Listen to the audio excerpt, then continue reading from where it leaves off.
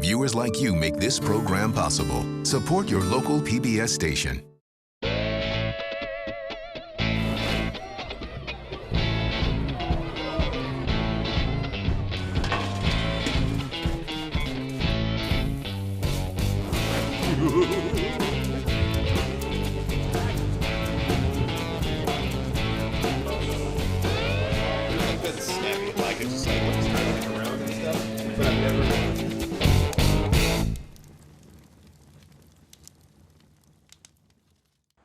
Welcome to Barbecue with Franklin.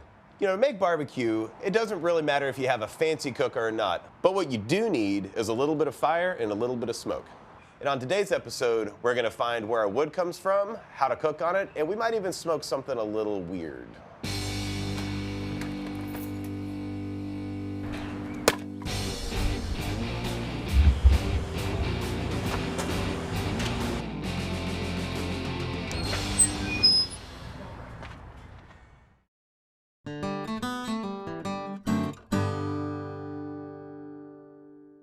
Hey, thanks for having a beer with me.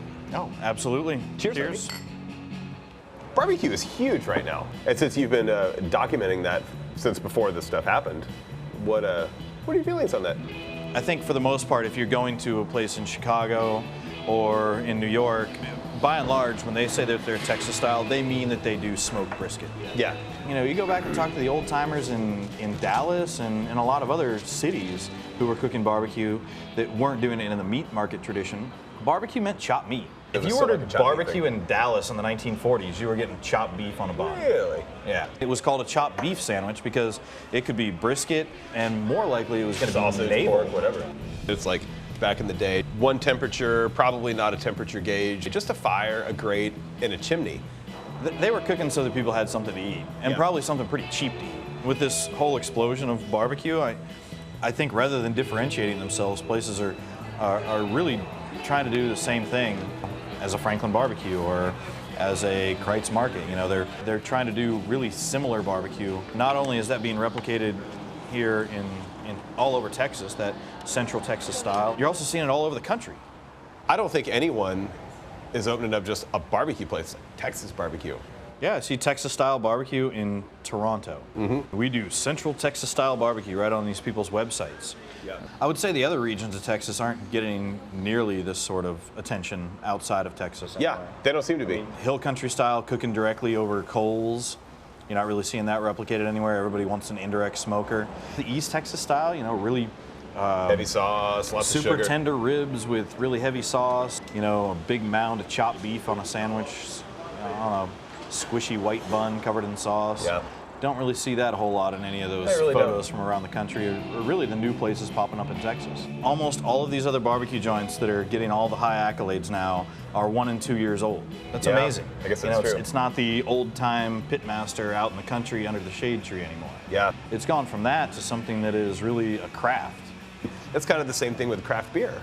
You know, micro-brewed coffee and all this kind of stuff has kind of happened at the same time, so maybe it's just our culture that's nudged it in that direction. But it's really neat to watch other people that have like culinary backgrounds kind of get turned on to barbecue. I mean, that's what we're talking about. It's like how many people are into barbecue, and seeing people with those kinds of backgrounds kind of put a different spin on it. Yeah, and giving Garnish barbecue a brisket? What? I thought it was just pickles and onions. And giving barbecue its proper respect. I mean, it is something that still fits within chefdom, right? I just went to Stephen Pyle's restaurant. They walked me through their 5-day smoked brisket method. Oh my God. Yeah, they cure it for a day, cold smoke it at 120 degrees for a day, Sous vide? and then sous vide for 3 days. And then they take it out, portion it, and then to order, they grill it over a wood fire. Is it awesome? It's really good. Does it, like, would I choose a good 16-hour smoked brisket over that? Yes. Yeah. But it's good and it's different and it's new and it's innovative. I mean, you're still smoking it. Still live fire. You are still cooking meat with wood. I mean, you're also cooking it with other things. And that's what defines barbecue for me. Is it a real fire? Well, there you go. To me, it's no different than if you take a brisket off the smoker and you finish it off in a cooler for 4 hours. Doesn't matter. You're still cooking it off the fire for 4 hours. It's not resting. It's cooking in that cooler. So you're using a different method other than just wood to finish it off. But that's certainly still barbecue. Yeah. So classify it for the end product. Well, one thing's for sure. if you're gonna make barbecue, you're gonna need fire and smoke. There's a ton of different types of barbecue across America, and there's all kinds of different meat and wood combinations. For example, if you're cooking in the Carolinas, you're probably going to be cooking down hickory into coals for a direct heat cook. In Georgia, it's easy to find places cooking pork over fruit woods, like apple or peach. And if you're pulling pork in Tennessee, you could be cooking over a regular old charcoal fire. Up in the Pacific Northwest, there's cold smoked salmon, which is typically cooked over alderwood. Now in Texas, we've got 4 major regions. In the deserts of West Texas, where barbecue includes beef and goat, mesquite is plentiful, and sometimes they cook cowboy style over direct heat. In the flat plains of South Texas, there's a lot of mesquite and a strong Mexican influence, where families still cook traditional barbacoa. That's where the meat is wrapped and cooked in a hole dug in the ground. Heading out to East Texas, we've got the piney woods, and unfortunately pine's no good for barbecue. But luckily there's hickory and pecan around, so that's mostly what East Texans are cooking with. And finally, my neck of the woods, Central Texas. We're cooking briskets and beef ribs on oak here. Now oak comes in a lot of varieties, but in Central Texas, we've got post oak. This is one of the greatest things about barbecue across the country. Even when the same cut of meat and the same seasoning, regional wood can give you a totally different flavor.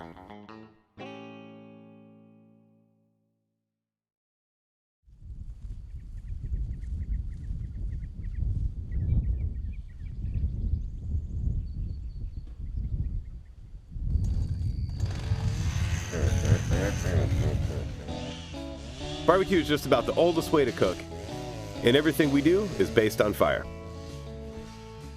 So we thought we'd come out here and see where our firewood comes from. Thanks for having us, Joni. Thank you for coming. Look at this bounty of oak trees. We're outside of Marlin, about 10 miles. Okay. We're close to Cedar Springs, Texas. We're cutting a lot in this area right now.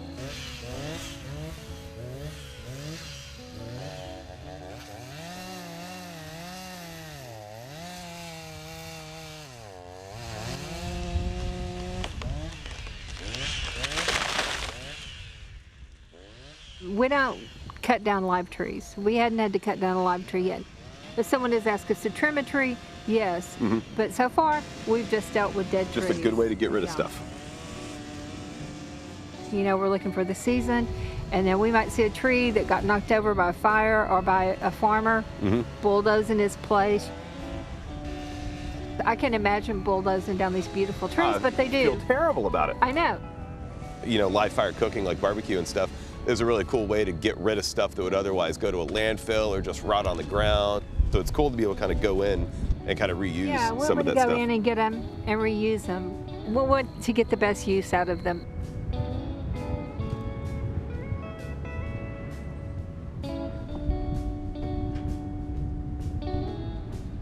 Well, Joni, thanks so much for having us out here. It's been a pleasure.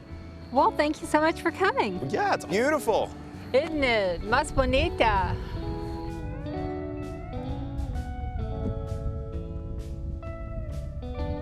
A cord is the unit that we use to measure the volume of firewood. A cord of wood measures 4 foot high by 4 foot wide by 8 foot long, which totals 128 cubic feet. Joni said her crew can cut about 2 cords of wood a day, and back at Franklin Barbecue, we can use almost 5 cords of wood a week.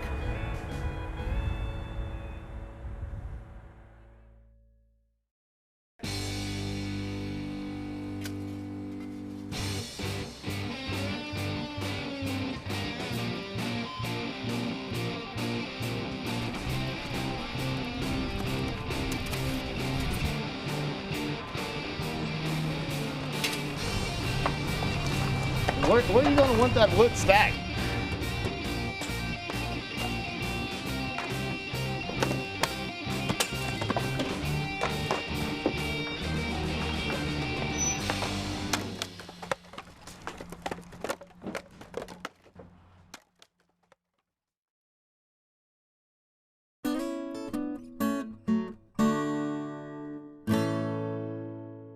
So these are the 4 main types of wood we have here in Texas, from strongest to mildest. We've got mesquite, hickory, pecan, and oak.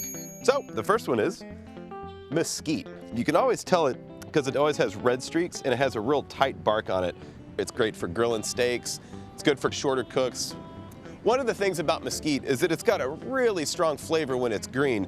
The more you let it age, the more it mellows, and those flavors really take a backseat. So this is definitely a good candidate for letting it age for at least a year. And then we go on to hickory. Hickory is also a really strong flavored wood. I'd let this stuff age for maybe up to a year, maybe not as much as the mesquite. Popular in the rest of the country, maybe not so much in Texas. It looks a lot like oak when it's green, but then when it dries out a little bit, it tends to get a much tighter texture, and you can really tell some more cured hickory by looking at it. And this is definitely more mellow. It'll burn really hot, it'll burn really quick and fast. And then we have pecan. You can always tell pecan because it has a little bit coarser bark, and oftentimes it has some streaking and it has a pretty fine grained texture. Pecan's kind of mild, a little bit sweet. It'll burn really hot, but it's got a pretty distinctive flavor. I prefer to cut it with oak. Nice wood, mostly predominant in East Texas. But in Central Texas, we use oak. And oak is a really mild flavor. You don't have to let it age quite as long as some of the other woods. It burns pretty slow, it gets a good amount of heat off of it. That's why we like to use it here in Central Texas for long cooks like brisket. And these are the 4 woods. You know, back in the day, you really had to cook on whatever wood you regionally had available. But these days, you could get wood off the internet, you can go to any store and get firewood, so you can really pick and choose what flavors you want. And I prefer oak.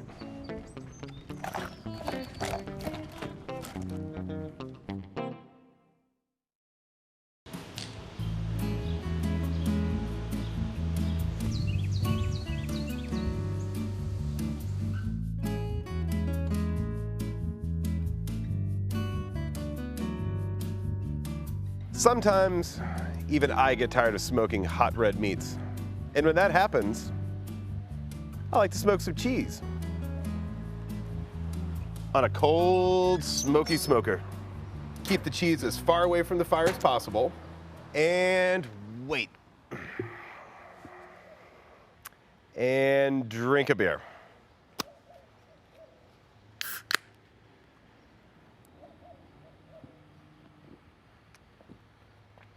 One of the great things about smoking cheese is that it's so easy. You just use the lowest temperature you can possibly get, the smokiest smoke you can possibly get, and time. You just smoke it till it looks right.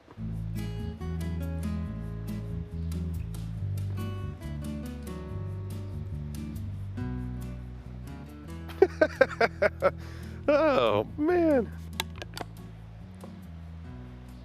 And what you're waiting for is for the cheese to get real nice and smoky, about the color that you want it, kind of an amberish for the white, maybe a little darker for yellow. And you could really use any kind of cheese you want. You could use any kind of wood you want. Today happens to be white cheddar with really green hickory.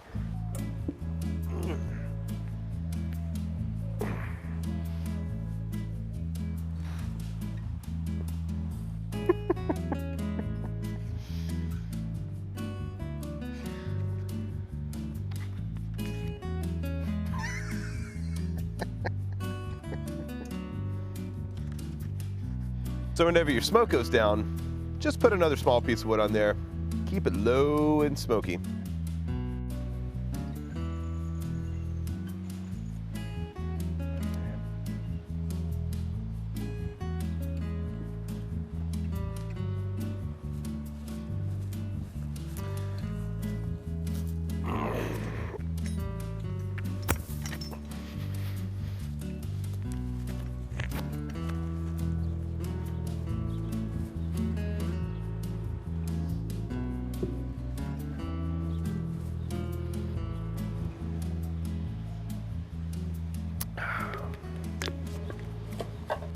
Well, let's see where we're at. So this cheese is looking pretty good. It's definitely getting smoky. It smells really smoky. It's getting real sweaty. This is just about where I want it. I'm gonna go inside, wrap it up real tight in plastic wrap. And what that does is it continues to let the smoke permeate the cheese, so it'll actually get more flavor and really soak in there. So leave it on the counter for a little bit, then put it in the refrigerator for a couple days. And after that, we've got some smoky cheeses.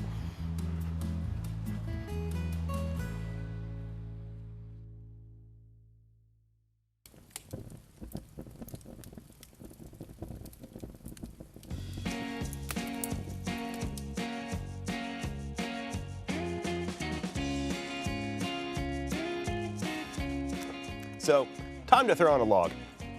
What I'm looking for right now, I'm looking for a clean fire, but I'm also looking to pick some pieces of wood that are maybe a little bit denser. I want to get a little bit of smoke without choking off the door. I really build my fires like a game of Jenga. I start off with a few going this way, then I'll have one going in a perpendicular direction.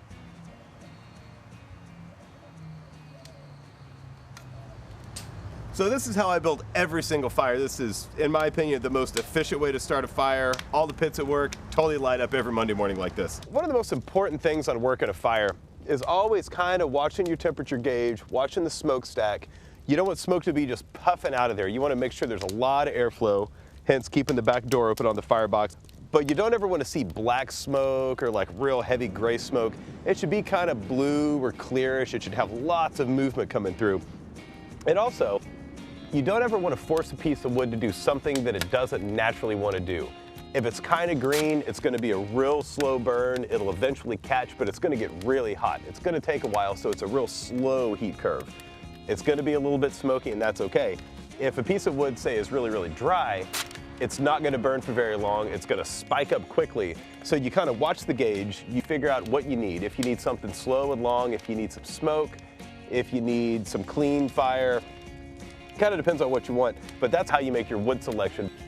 Just let it do what it's going to do. It'll taste much better that way and burn much more efficiently that way. So when I build a fire like this, it's got a lot of airflow. It's got a good coal bed. I can really regulate the heat by moving logs around and stuff in there. I'm always looking for a super clean fire. I want to be able to regulate the amount of smoke that goes on. Normally you'll get a little bit of smoke when you put a fresh log on, but the last thing you want to do is shut the door and choke off the air. You always need to leave it open. You always want to keep lots of airflow through there because that's what's letting things cook quickly. Building a fire the right way is really the most important thing to make in barbecue. You can choke off the air, you can shut the door, you can get a dirty smoke, you can get quick color, you can maybe use some other contraptions, but at the end of the day, it's all about a fire. If you don't have a good fire, you probably don't have very good barbecue. So, work on the fire skills. Be patient, just keep practicing. Let it do its thing.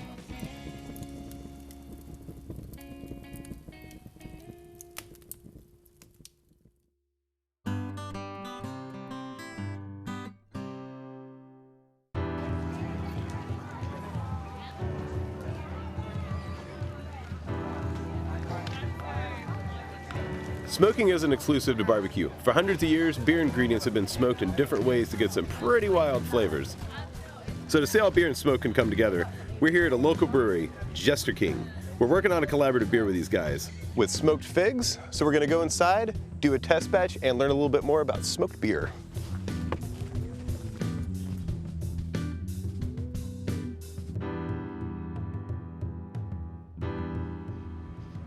Hey. What's going on, Aaron? How you doing? How are you? Good, good, good. We're here doing a test batch of smoked fig beer. Yeah, I've got a grist here, which is a composition of different types of grain that I picked to kind of complement the flavors of the smoked figs that you're going to smoke. So yeah, we're going to soak these grains in hot water for an hour. Okay. After which we'll run the liquid off. We'll boil it, and then it'll go through a primary fermentation. After the primary fermentation, we're going to add the figs that you're going to smoke for us. Once we put these figs in the beer, they'll spend about 3 weeks to a month to re-ferment to dryness. And as far as the smoke aspect, I think what I'm looking for is I'm looking to take oak wood, burn it down to coals at a really high temperature so I can try to get some vanilla flavors out of it. And then I'm going to get my smokiness from some fruit woods. I'm thinking maybe like apple wood, but apple's really mild. Cheers. Looking for like a really clean fruit smoke. I'm going to share something very personal with you. All right. I really like figs. Yeah, me too. Well, if you want to try these figs with some smoked beer, Ron's got some waiting inside for you. You should give it a shot. Ooh. And I think I do. Cool. I'll see you in a little bit. All right. See you.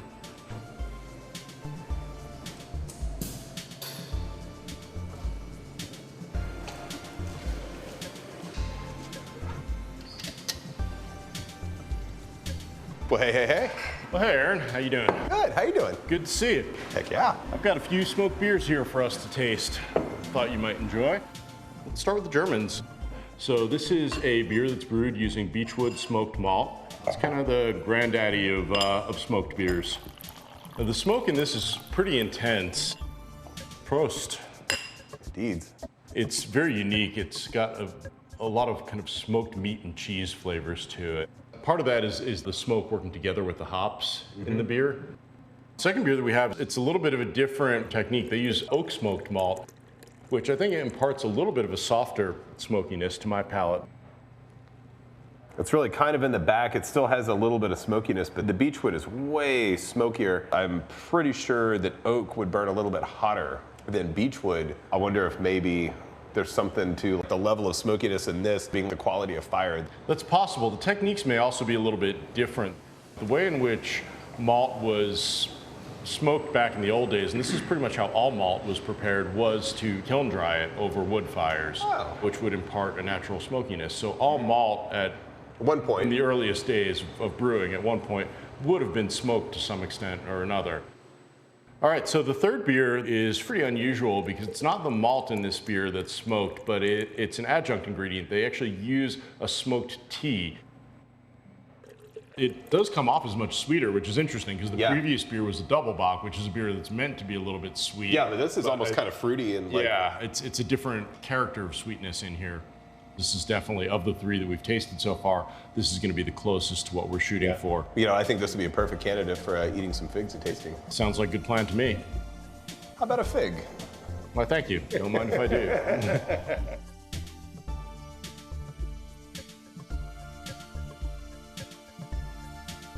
I bet if you just cracked open a bottle of this without knowing that it was smoked, you might even overlook it. We actually have a couple of beers that we made here. These are not beers that are commercially available. They're actually experimental beers. I'm going to start with a beer that we made with pecan wood smoked malt. How was that smoked, do you know?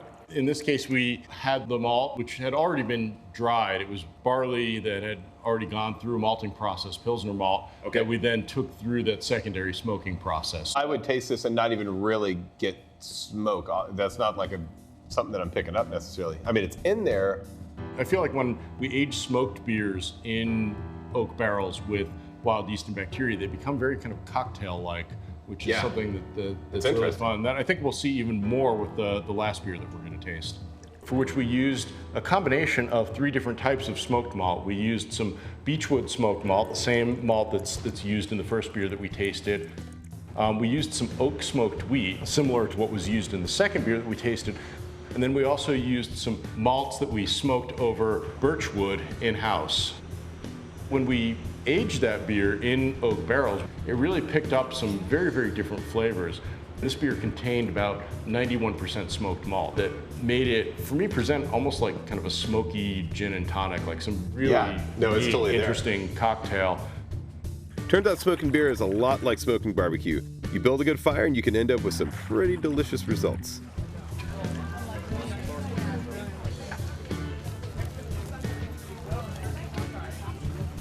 Cheers.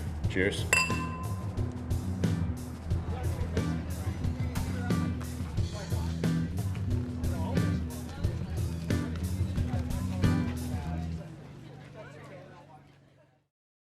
Marlin, Texas. Nah, I'm not gonna do the pirate thing. But should I? I like pirates. Dude, that's gonna be so good. Yeah. That's gonna jaw rule.